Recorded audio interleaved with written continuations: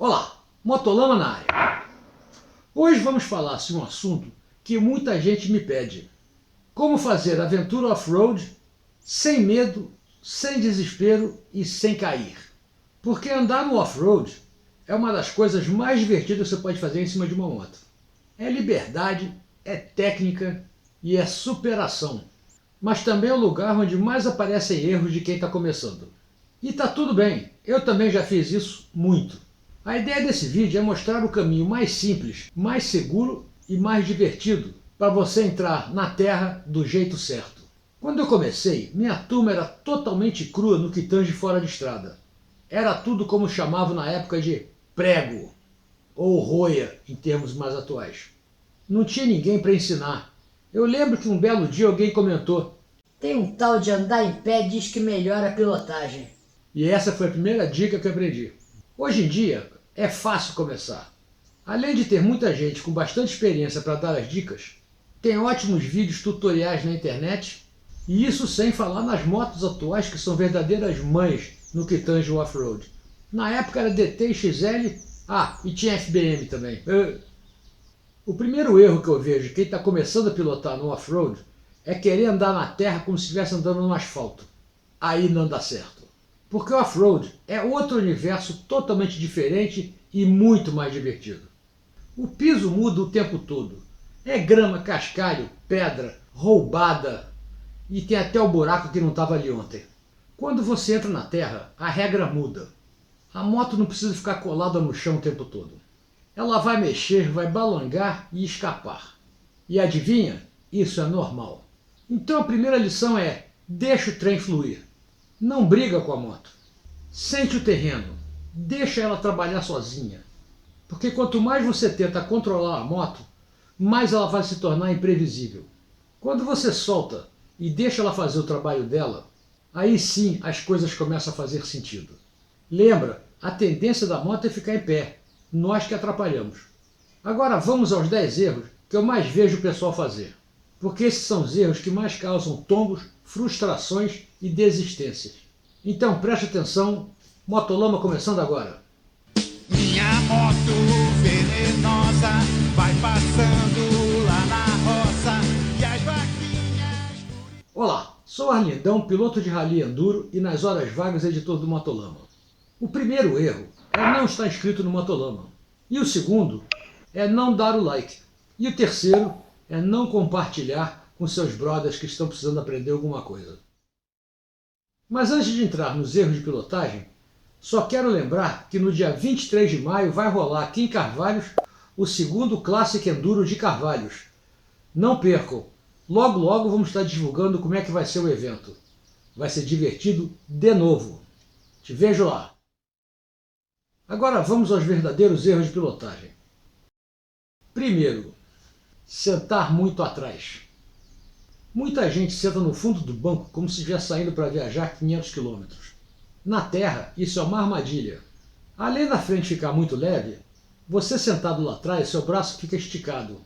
Ou seja, com aceleração, seu corpo tende a ir mais para trás e com seu braço esticado você tende a acelerar demais. E você sendo puxado para trás e acelerando demais, você tende a ir mais para trás e acelerar mais ainda. Isso acaba virando um círculo vicioso que vai te jogar no chão.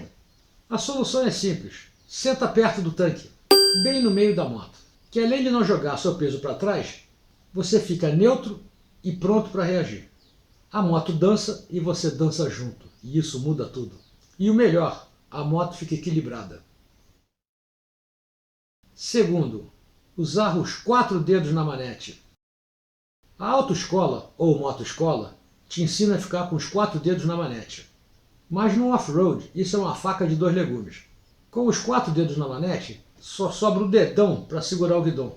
Se escorregar, adeus viola. Você não vai ter força para segurar o guidão e chão. A resposta certa é usar 1 ou 2 dedos na manete e o resto segurar o guidão. Assim você ganha em precisão e maior firmeza para segurar a moto. A embreagem e o freio no off-road é como se fosse seu pincel.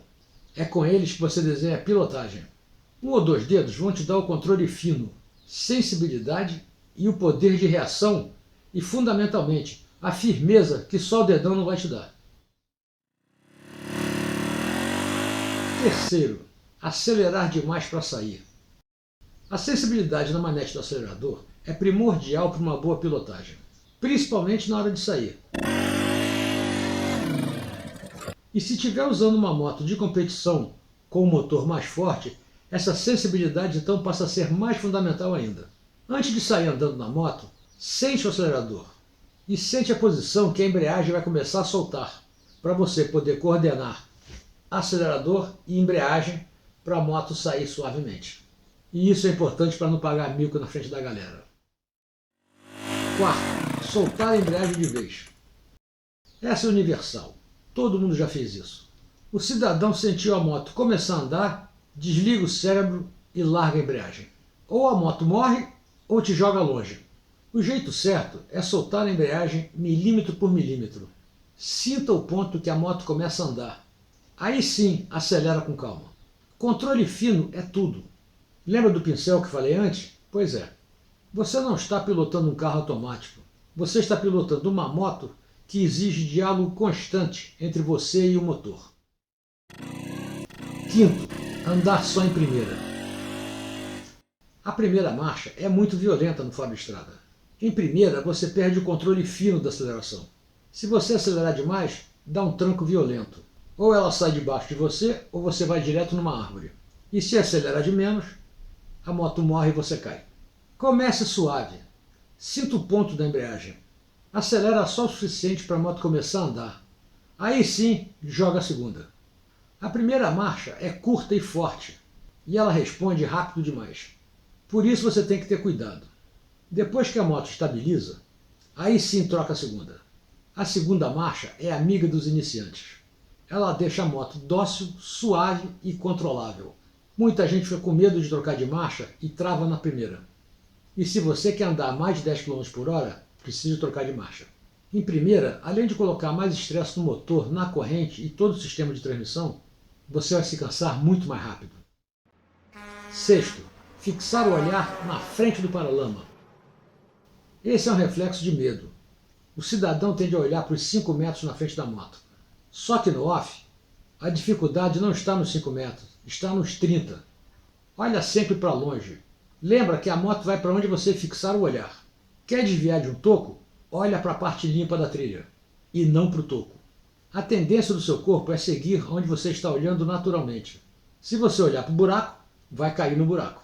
Se você olhar para o caminho bom, vai para o caminho bom. É simples assim. Seu GPS natural é o olhar. E para complicar, se olhar muito perto, não vai ter tempo suficiente para programar sua trajetória. Olhando para longe, você planeja seu caminho na sua memória interna RAM. Sétimo, o lugar do pé é nas pedaleiras. Existem várias razões para os pés ficarem na pedaleira. Para começar, a mais simples e óbvia de todas. Os pés ficam mais protegidos, menos sujeitos de bater em alguma coisa e enroscar num toco de árvore. E o principal é que o centro de massa com os pés balangando fica no banco, na sua bunda. Mesmo que você não esteja em pé nas pedaleiras, o peso se distribui mais igualmente entre o banco e as pedaleiras, baixando o centro de gravidade da moto. E, obviamente, melhorando o equilíbrio.